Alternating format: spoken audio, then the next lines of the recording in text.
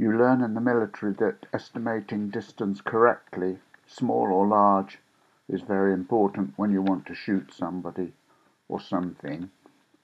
Or as a designer, you want to design something, like a garden, a building, or a vacuum cleaner.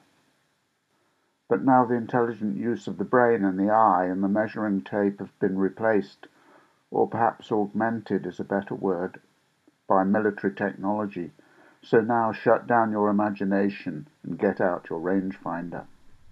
Whether laser, LiDAR, radar, sonar, or ultrasonic or something else. Important aside, does Charles Eames's beautiful visual poem Powers of Ten say all there is to say about distance? Or does the film Vanishing Point say it in a different way, where distance and time are intertwined? Of course. Or distance and feelings collide as in the song, which pleads, "Please keep your distance, my resistance is low."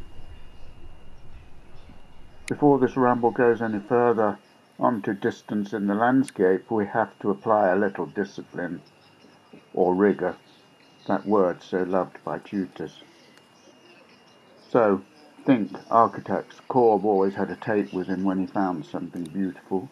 A stair or a room, he would measure it and then see these measurements as a tool to ensure beauty.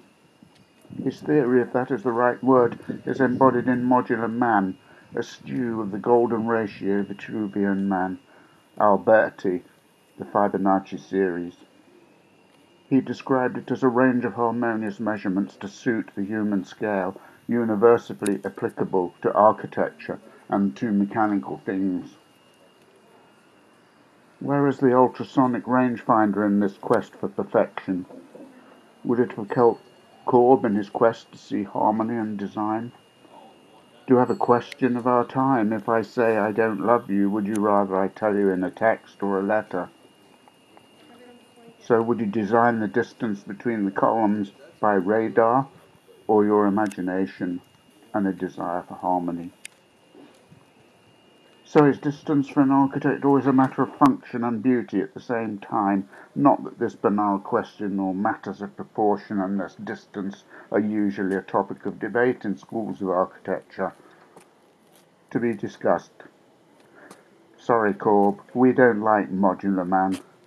Where is Modular Woman or Modular LGBT? We prefer the management vocabulary of graphic standards and Parker Morris to tell us our distances, economic distances, numbers, cost of distances, and space usage, and all their progeny in apps and computer programs. Not feelings that might say, this is about the right size, height, length, width, but couched in the language of measurement of time and space, institutionalized, managed distance regulations, the necessity for a guarantee, or it is common for distance to be assumed as numbers, but the estimation of distance is more romantic in its imprecision, more demanding. It was 1951, Hoagy Carmichael was writing My Resistance is Low, and Corb had started work in Chandigarh. Both poets but in different media, but sharing a word, distance, and its journey to the heart. Is there an app or a rangefinder other than a smile or tears or both at the same time? Today, Hoagy, would you be a distance of 27 jet hours from Corb's creation, or 11,500 kilometers? Do these distance numbers tell you anything about his concrete poem or your lyrics, Hoagy? But you were both obsessed by distance in your own ways, the nearness of you. Hoagy thought that Keith Richards made the best version of this song. I wonder what Corb would have made of nearness as an architectural dimension or distance.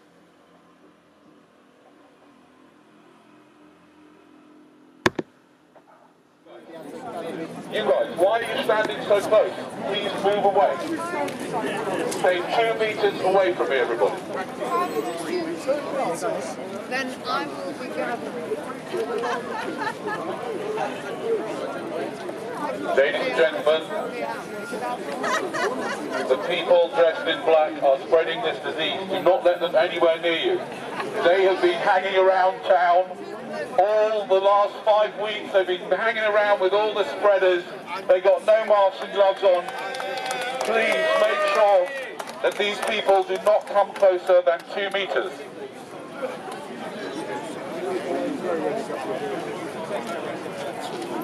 Excuse me, can you stand back, please? Stand back, sir.